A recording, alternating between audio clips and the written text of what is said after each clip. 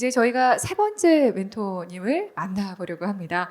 세 번째 멘토님은요, 자, 수원과 그리고 용인, 의왕시에서 청소년들의 진로 코치로 활동을 하고 계신데요.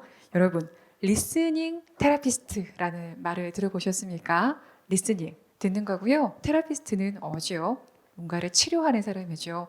누군가의 이야기를 들어주면서 마음을 치유려 하는 사람이다. 어떤 분인지 정말 궁금하거든요. 네, 김수정 멘토님을 자리로 모셔보겠습니다.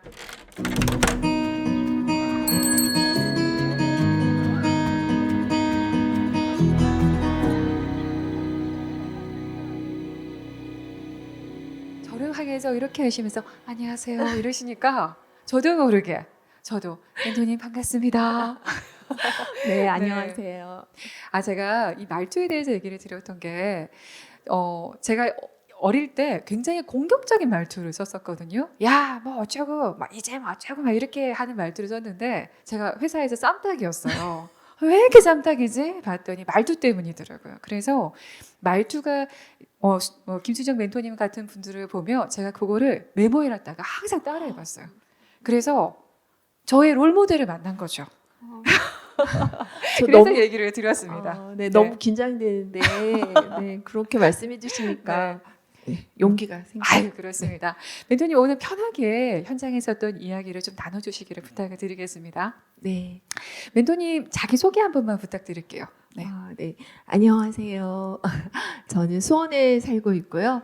근접해 있는 용인과 의왕에서 청소년들을 만나고 있는 진로 코치 김수정이라고 합니다. 방금 사회에 보시는 음성이 너무 아름다우신 것 같아요. 네, 분께서 소개해 주셨던 것처럼 리스닝 테라피스트라고 제가 만든 말이에요. 네, 친구들의 이야기를 들어주고 마음을 들여다보면서 위로와 응원을 전하고 있는 네, 김수정이라고 합니다. 반갑습니다. 멘토님의 10대 시절로 한번 돌아가 볼게요. 그 10대 시절에 리스닝 테라피스트가 되고 싶다라고 결심을 하신 계기가 있다라고 들었거든요. 네. 네, 제가 어떤 분과 이 얘기를 하면서 순간 울컥하면서 눈물이 난 적이 있었는데요. 언젠가 영화에서 다 성장한 주인공이 10대에 자기 옛날에 자기 모습을 만나면서 찾아가서 안아주는 장면, 혹시 그런 영화 보신 거 기억나세요? 네, 저도 저의 10대를 생각하면 꼭 가서 토닥토닥 한번 안아주면서 너무 애써라고 말해주고 싶은데요. 철이 들기 시작한 10대 때 저희 아버님이 좀 건강이 안 좋아지셨고 가정이 힘들다라는 거를 10대가 돼서 알게 됐어요. 그 무렵에 너무 많이 힘들었고 방황했지만 누구한테 얘기할 데가 없더라고요. 근데 그 중학교 1학년이 됐을 때 교생 선생님이라고 한 달 정도 오신 선생님이 계셨는데 그 선생님께 굉장히 그냥 어떻게 보면 계속 연속되는 관계가 아니니까 편하게 제 이야기를 할 수 있었던 것 같아요.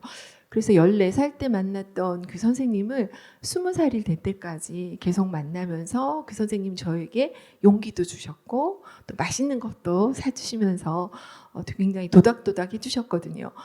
그 이후로 그 선생님을 찾아보려고 그 분이 다니시던 대학교도 가봤었고 이제 주민번호는 알 수 없으니까 여러 방면으로 애써 찾아봤는데 만날 수가 없었거든요. 그래서 생각하다가 제가 그분을 뵐 수는 없지만 제가 누군가에게 그분에게 받았던 어떤 그런 위로를 만나서 건넬 수 있다면 그분에게 제 마음이 닿지 않을까 그런 생각이 들어서 제가 야심차게 리스닝 테라피스트라고 제 명함을 만들었습니다.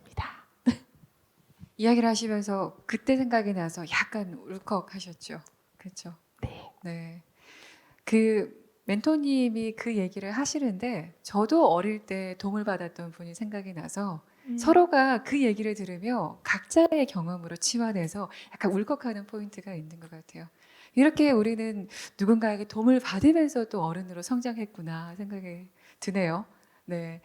그 멘토님이 수업을 하시는 게 다른 분들하고 조금 다르게 멘토분들은 다 각기의 또 장점이 있으시더라고요. 앞에 계셨던 멘토님들은 음악도 하시고.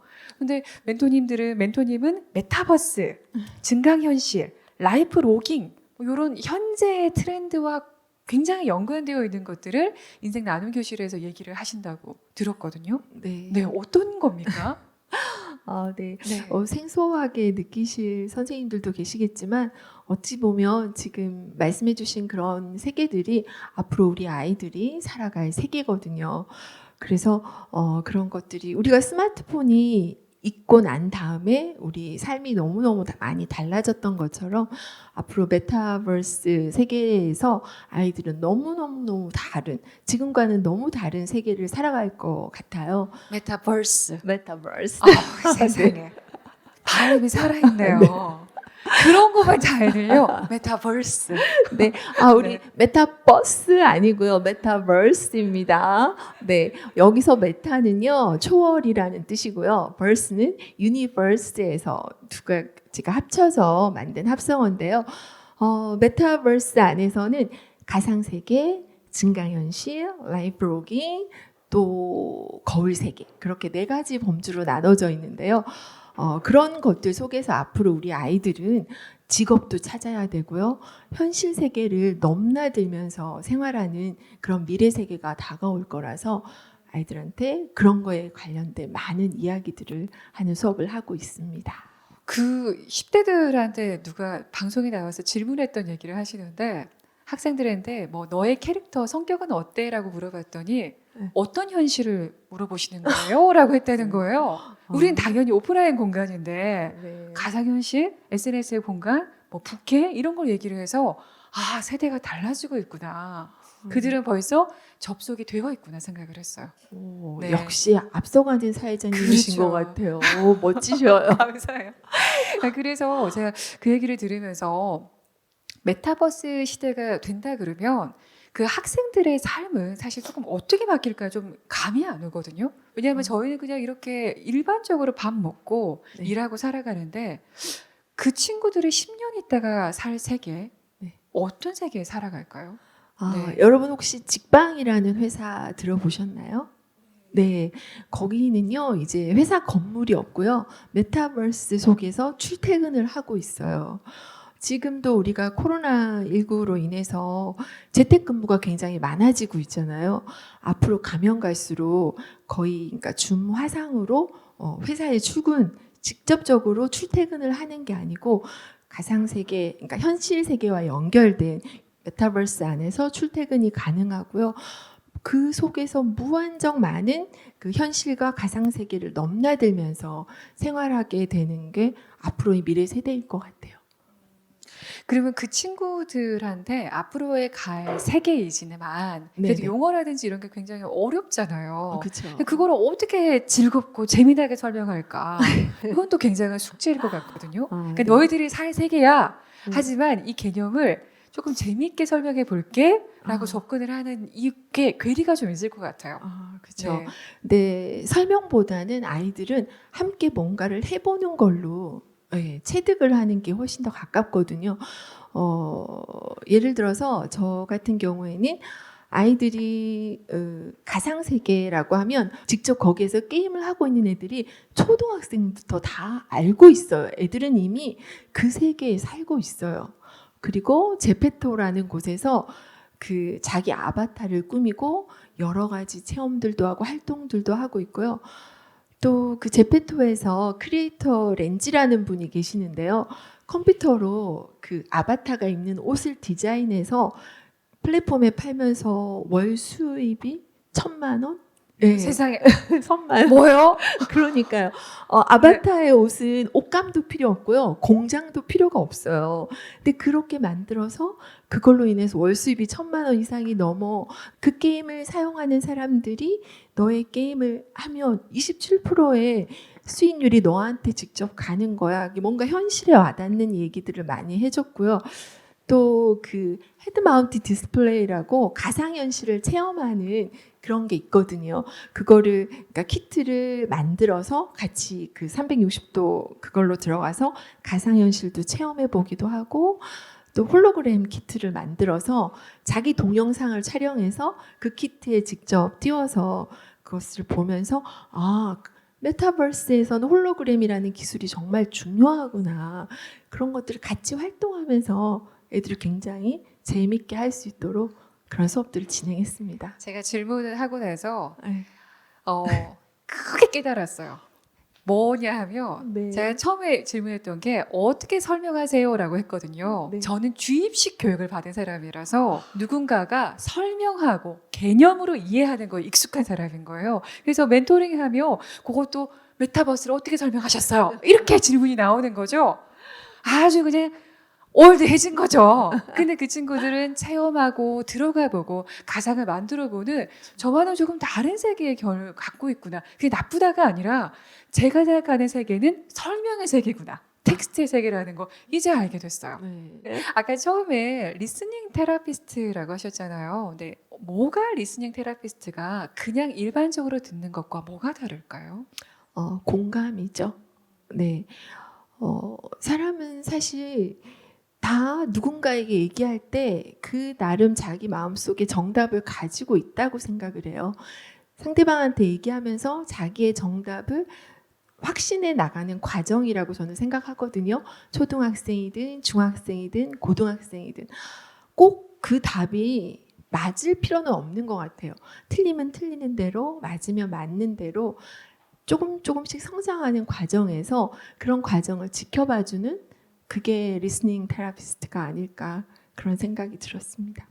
그러면 부모 입장에서 앞으로 살아갈 아이들과 대화하고 그리고 그들에게 부모가 멘토링을 하기 위해서는 또 어떤 좀 활동을 하는 게 좋을까요? 부모가요. 언젠가 얼마 전에 이제 수능이 끝나고 대입을 준비하면서 뭐 많은 후배 엄마들이 저한테 그런 얘기를 했어요. 제가 진로 코치를 하니까 어떻게 하면 아이들이 공부를 잘할 수 있어요, 선생님? 그래서 제가 했던 말이 아이들이랑 친하게 지내세요. 내 아이랑 정말 친하고 엄마가 그 친함으로 인해서 행복하고 밝게 웃을 수 있다면 우리 집에 내가 같이 살아가고 있는 내 아이들은 행복해질 거고 또 그 행복을 어떻게 지켜나가야 될지를 생각할 수 있기 때문에 자기의 일을 찾아서 할 거라고 그런 얘기들을 했는데요. 아이들과 엄마 부모님이 좀 더 미래를 위해서 잘 함께 나가기 위해서는 무조건 좀 재미있는 활동을 하면 좋을 것 같아요. 그 재미있는 활동 속에서는 요즘 아이들이 좋아하는 뭐 보드 게임 같은 것도 있고요. 또 하나 권해드리고 싶은 건 그 이프렌드라는 어플이 있거든요. 거기에 들어가면 뭐 MBTI 검사를 내가 추구하는 아바타의 MBTI 검사하는 그런 것들이 나와요. 다 무료예요. 막 해보시면 나는 어떤 성향을 추구하는지가 나오고 이 프렌드 안에서 가족 회의 같은 거를 열어보면 우리 엄마 아빠가 이런 걸 하시나 생각하면서 그 가족 회의를 통해서 서로 소통하고 좀 신박하잖아요. 예, 그러면서 좀 재미있게 함께 할 수 있는 시간을 많이 가지면 되게 좋을 것 같아요. 그러니까 멘토님과 얘기를 하면서 빨리 성과를 내려고 했던 그 마음이 조금 누그러졌어요. 뭔가 아까 얘기했던 자기의 인생의 틀로 바라보잖아요. 제가 아까 메타버스 얘기하니까 설명해 주세요라고 했던 그 세계에 살고 있던 사람이 빨리 그들을 이해하고 다가가려고 했는데 모든 것들은 조금 그들과 다가가는 속도, 시간이 좀 필요하지 않나, 축적의 시간이 필요하지 않나 싶고 그 축적 위에서 모든 것들은 이루어지니 부모님들이 공부 잘해라 하기 전에 아이들과 조금 더 친해지는 시간이 필요하겠다 생각이 듭니다. 앞으로의 뭐 포부라든지 멘토로서의 다짐 이런 거 한마디만 부탁드리겠습니다. 네. 제가 오늘 여기 와서 느낀 거는요. 그러니까 멘티를 만나고 멘토로서 생활하면서 힘든 순간이 되게 많았는데 지금 이런 순간 제가 얼마 전에 어떤 책에서 한 개의 기쁨이 1000개의 슬픔을 이긴다라는 구절을 읽은 적이 있었거든요. 힘든 순간들이 많았는데 오늘 다 잊어버린 것 같고요. 제가 하고 싶은 건 내년에도 할 수 있다면 이제는 아이들 대상으로 말고 성인 대상으로 아이들이 살아갈 미래에 대해서 우리가 먼저 준비하고 나눌 수 있게 이런 수업 내용들로 같이 하고 싶고요. 또 하나 욕심나는 게 생겼어요. 내년에도 이런 토크 콘서트가 있다면 제가 이 자리에 한번 앉아보고 싶다라는 네 욕심을 한번 내보려고 합니다. 여러분 응원해 주실 거죠? 그럼요.